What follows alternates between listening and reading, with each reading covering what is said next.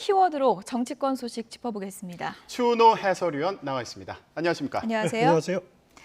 네, 오늘 먼저 첫 번째 키워드 어떤 내용인지 확인해 보도록 하겠습니다. 네, 손발이 묶인 권투다. 이재명 지사 요즘에 언론에서 김 빠진 사이다다 이렇게 표현을 하기도 하던데 언론 인터뷰에서 손발 묶고 권투하는 심정이다 이렇게 밝혔습니다. 이게 무슨 얘기일까요? 1위의 딜레마다 이렇게 표현할 수 있겠는데요. 1위 후보에게는 아무래도 다른 후보들의 파상 공세가 이어지게 마련입니다. 그래서 1위 후보는 수비 위주로 전략을 짤 수밖에 없는데 이재명 지사 경우에는 추격자의 입장일 때는 이른바 닭공, 닥치기 공격에 아주 능한 야생마 기질을 아주 잘 발휘하지 않습니까? 하지만 수비 위주로 하다 보니까 본인 표현대로 김 빠진 사이다 그런 느낌이 들고요. 그래서 어제 한번 지적했습니다마는 국밥이 되고 싶다 이렇게 표현까지 바꾸지 않았습니까?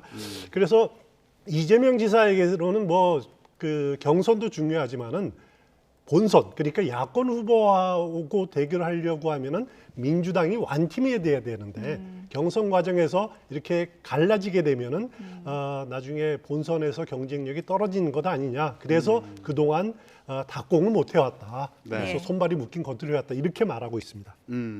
이재명 지사가 이렇게 갑갑함을 표하는 사이에 이낙연 전 대표 같은 경우에는 이제 추격자 입장이 된 상황이에요. 그래서 그런지 닭공이라고 표현을 할 수 있을까요?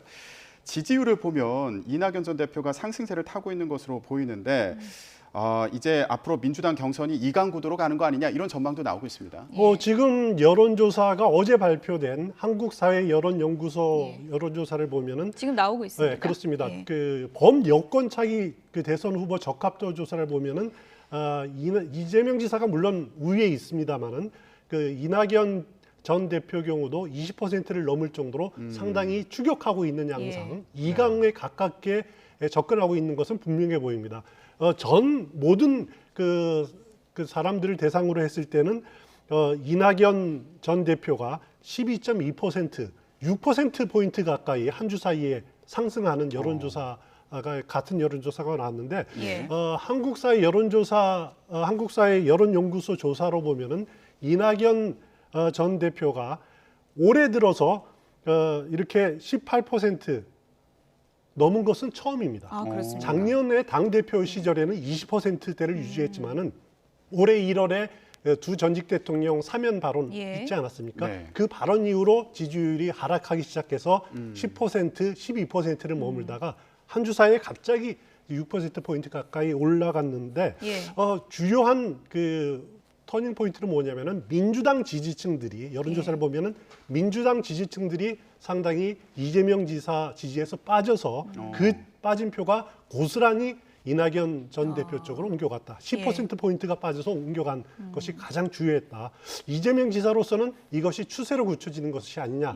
이것을 유의 있게 볼 것 같습니다. 그러면은 이제 지금 한 6% 차인데 2에서 3%포인트 차 혹은 역전되면 이재명 지사도 손발 묶여 있다 그러는데 풀고 공격 들어갈 수 있는 겁니까? 어떻게 보십니까? 충분히 그럴 겁니다. 지금은 심지어는 문재인 대통령과의 차별화도 본인은 차별화가 아니다. 다름이다 이렇게 표현하고 있거든요. 이재명 색깔을 명확하게 못 낸다라는 거죠. 만약에 이런 추세가 좀 더 심화된다, 굳어진다라고 하면은 본인만의 색깔 분명히 낼 겁니다. 이런 상황이라면은 이 지사 입장에서는 경선 좀 빨리 치렀으면 좋겠다 이런 생각일 텐데 이낙연 전 대표 입장에서는 경선 좀 미뤘으면 좋겠다 이런 생각 솔직히 하고 있지 않을까 싶어요. 그렇습니다. 이재명 지사도 조금 말이 좀 바뀌었어요. 왜냐하면 지난번에는 6월 말만 해도 절대로 안 된다 해서 당 지도부가 판단할 문제다라고 조금 바뀌었습니다. 왜냐하면 경기지사 아닙니까? 경기지사는 수도권 방역을 총괄하는 사람인데 무조건 강행해야 된다라고 말하기 굉장히 껄끄러웠을 겁니다. 그런데 이제 2주 뒤에 어떤 상황에 따라서 방역 상황에 따라서 당 지도부가 어떤 결정을 내릴지 모르지만은 만약에 경선을 연기한다라면은 그 사이에 중요한 변수가 있습니다. 뭐냐면 추석이 있기 때문이죠. 추석이 9월 21일입니다. 추석 연휴가 이어지는데 추석 민심이 형성될 시간을 갖춘다라는 거죠. 민주당 경선에서 추석 민심이 굉장히 중요한 게 민주당에서는 주력이 아무래도 호남 아닙니까? 그렇죠. 호남이 지역적으로는 호남과 수도권 호남 민심이 상호 교류할 수 있는 충분한 시간이 생긴다라는 거죠. 그걸 통해서 수석 민심이 형성되고 보통 이제 호남 민심을 보통 전략적 투표에 전략적 선택에 익숙하다라고 표현들을 많이 하는데 예.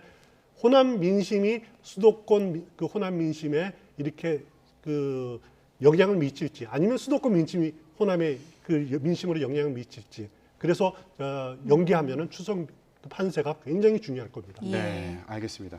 송영규 대표 같은 경우는 2주 보겠다 이런 입장인 것으로 전해졌는데 앞으로 어떤 결정 내리는지 지켜봐야겠습니다. 자, 그러면 이번에는 두 번째 키워드 살펴보겠습니다.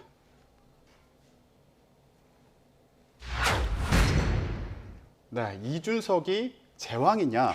꽤 센 말이에요. 네. 그렇습니다. 예, 윤희숙 국민의힘 의원이 한 얘기인데 어떤 배경에서 나온 말인가요? 어젯밤에 송영길 이준석 대표가 회동해서 재난지원금 전 국민으로 확대하겠다 이런 발표가 나오지 않았습니까? 여기에 대해서 이런 소식이 알려지니까 방금 말씀 본 이제 윤희숙 의원이 아니 이준석 대표가 무슨 제왕이냐?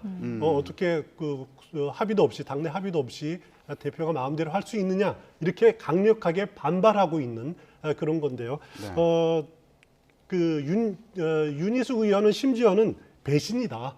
이렇게까지 강력하게 반발하고 있습니다. 이 네. 그 두 당 대표의 합의를 가지고 민주당은 민주당대로 또 국민의힘은 국민의힘대로 그 나름대로 반발이 내부의 진통이 상당히 지금 진행되고 있는 것 같습니다. 예.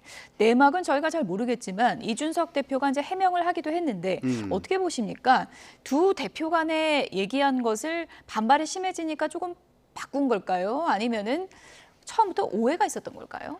어제가 방역 4단계 첫날 아닙니까? 예. 그러니까 2인 이상 모임이 안 된, 2명까지 모임이 되는 그렇죠. 거죠. 딱 둘만 있었을 겁니다. 두 분의 호흡이 상당히 좀 좋았던 것 같던데요. 그렇습니다. 어제 그 분위기 자리에 보니까. 예. 대변인도 정확하게 배석을 예. 안 했을 겁니다. 예. 불러주는 대로 대답을 했을 거거든요. 네. 그런데 황보승이 국민의힘 대변인 애초 발표는 소상공인 지원 두텁게 하고 전 국민 재난지원금 지급하는 방향으로 결정됐다. 엔드라는 개념으로 설명을 예. 했습니다. 네. 그렇지만 나중에 100분 뒤에 뒤집었는데 어떻게 뒤집었냐면은 두텁게 지원하고 예. 그리고 재원이 남으면 남으면 예. 이제 80%에서 100% 확대하자는 거다. 그러니까 선후 관계로 이렇게 그 발표를 뒤집었어요.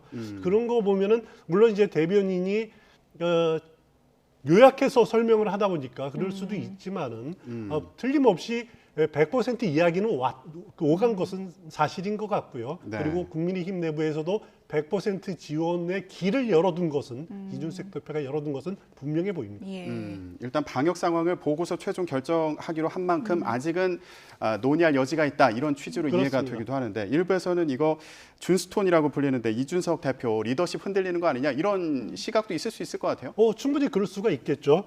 이준석 대표의 리더십이라면은 뭐 참신하다, 영민하다, 솔직하다 이런 것 아닙니까?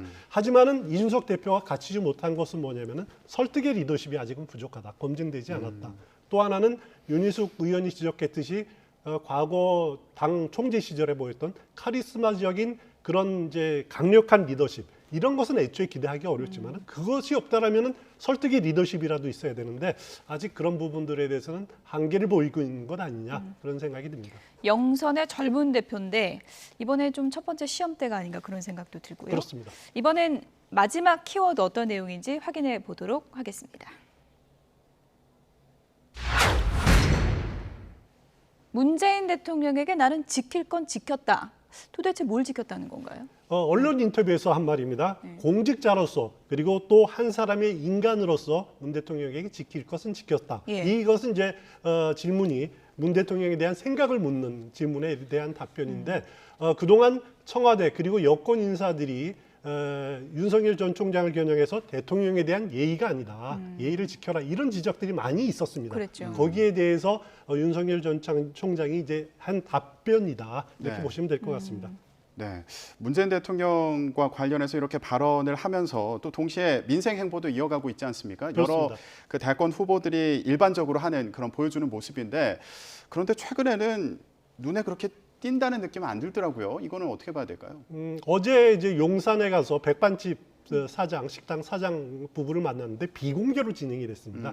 아무래도 코로나19 상황이 심각하다 보니까 민생 투어를 마음대로 이렇게 못하는 그런 한계도 있을 거고요. 예. 또 하나는 뭐냐면은 캠프가 아주 명확하게 구성이 되지 않다 보니까 행사를 기획하고 또 섭외하고 준비하는데 지금 예. 한계가 분명히 있을 겁니다. 하지만 어제 예비 후보 등록을 하지 않았습니까? 그래서 이제 나름대로 선거 사무소도 유지할 수 있고 유급 사무원도 고용을 할 수 있습니다. 그래서 이제는 조금 더 본격화될 가능성이 있는데 하지만 코로나 상황이 심각합니다. 예. 그래서 대구 방문 일정도 연기한 것으로 알고 있고요. 당분간은 외부로 드러나는 행동은 좀 상갈 수밖에 없는 그런 입장일 겁니다. 이게 원래 시작할 때 시장 다니면서 어묵 먹고 이런 거 안 한다. 그거 그렇습니다. 너무 상투적이다 그랬잖아요. 그런데 사실 아이디어 측면에서도 그렇게 신선한 건 많이 없는 게 아니냐 이런 비판도 있습니다. 그렇습니다. 예. 그게 이제 무슨 뜻이냐면은 그 행사를 기획하고 또 섭외하고 또 동선을 짜고 취재진이 붙으면은 취재진의 동선을 짜고 할 수 있는 손발이 있어야 되는데 예. 윤 전 총장에게는 그런 손발을 아직 갖추지 못했다라는 거죠. 그리고 또 중요한 것은 그 행사에 있을 때마다 어떤 메시지를 전달하느냐 이것이 그렇죠. 굉장히 중요합니다. 예. 네. 그런 메시지를 준비하고 하는 팀들도 채 갖춰지지 못한 그런 한계다 이렇게 보시면 될 것 네. 같습니다. 지금 말씀하신 것처럼 그 문재인 정부에 대한 각을 세우는 것에서 더 나아가서 자신만의 어떤 메시지를 보여줄 수 있을지 그게 민생 행보를 통해서 나타날 수 있을지 앞으로 좀 지켜봐야 되겠고요. 이런 가운데 최재형 전 감사원장이 어제 이런 얘기를 했습니다. 윤석열의 대안이 아닌 저 자체로 평가를 받겠다 예. 이렇게 얘기를 그렇습니다. 했는데 그렇다면 차별화 포인트는 뭐가 있을지 이것도 참 궁금해요. 일단 최재형 전 감사원장이 정치를 하고 싶다면 어떻게 하겠다라는 것을 아직 구체적으로 명시적으로 말하지 않았기 때문에 예. 분명하지는 않습니다만 그동안 한 말들을 좀 이렇게 비춰보면은 제가 보기에는 윤석열, 최재형 두 사람은 굉장히 결이 다릅니다. 뭐냐면은 윤석열 전 총장 경우에는 정치 3자 선언을 할 때 이런 표현을 했습니다. 그 공정과 상식이 무너졌다. 그리고 자유민주주의 가치가 훼손됐기 때문에 정권 교체가 필요하다. 이런 논리를 폈거든요. 뭐냐면 그건 검찰의 논리죠. 예. PR을 구별하고 대결의 정치를 하겠다. 이것은 정치의 기존 문법을 그대로 답습하겠다라는 건데요. 최재형 전 감사원장 경우에는 어제 부친 사무제를 마치고 기자들한테 이런 말을 했습니다. 소외되고 어렵고 힘든 분들에게 따뜻한 빛을 비출 수 있는 나라를 만들기 위해서 자신은 정치의 길을 뚜벅뚜벅 가려고 한다라고 표현을 했습니다. 이것은 어떻게 보면은 대결의 정치가 아닙니다. 기존 정치 문법하고 굉장히 다른 겁니다. 예. 저는 이 말을 듣고 생각나는 분이 누가 있냐면은 체코 벨벳 혁명을 이끈 그 바칠란트 하벨 전 대통령을 연상을 했습니다. 이분은 어떤 분이냐면은 그 자신과 정치라는 것은 자신과 사회를 향상시키기 위해 나가는 과정이다. 권력을 쟁취하는 그 자체가 목적이 아니라 도덕성에 근간을 한 예. 정치를 주장을 한 분인데 그분의 정치 철학의 영향을 상당히 받은 것이 아니냐 예. 개인적으로 생각을 하고요. 최재형 전 감사원장의 정치 행보는 또 예. 정치 철학에는 이런 부분들이 담겨 있지 않을까 저는 그렇게 예상을 하고 또 우리나라에서 아무도 시도를 안 한 정치이기 때문에 한번 어떻게 진행이 될지 무척 주목되는 부분이 아닐 수 없습니다. 대선 주자들의 메시지 경쟁도 앞으로 주목해서 봐야겠습니다. 지금까지 추은호 해설위원과 함께 정치권 소식 짚어봤습니다. 고맙습니다.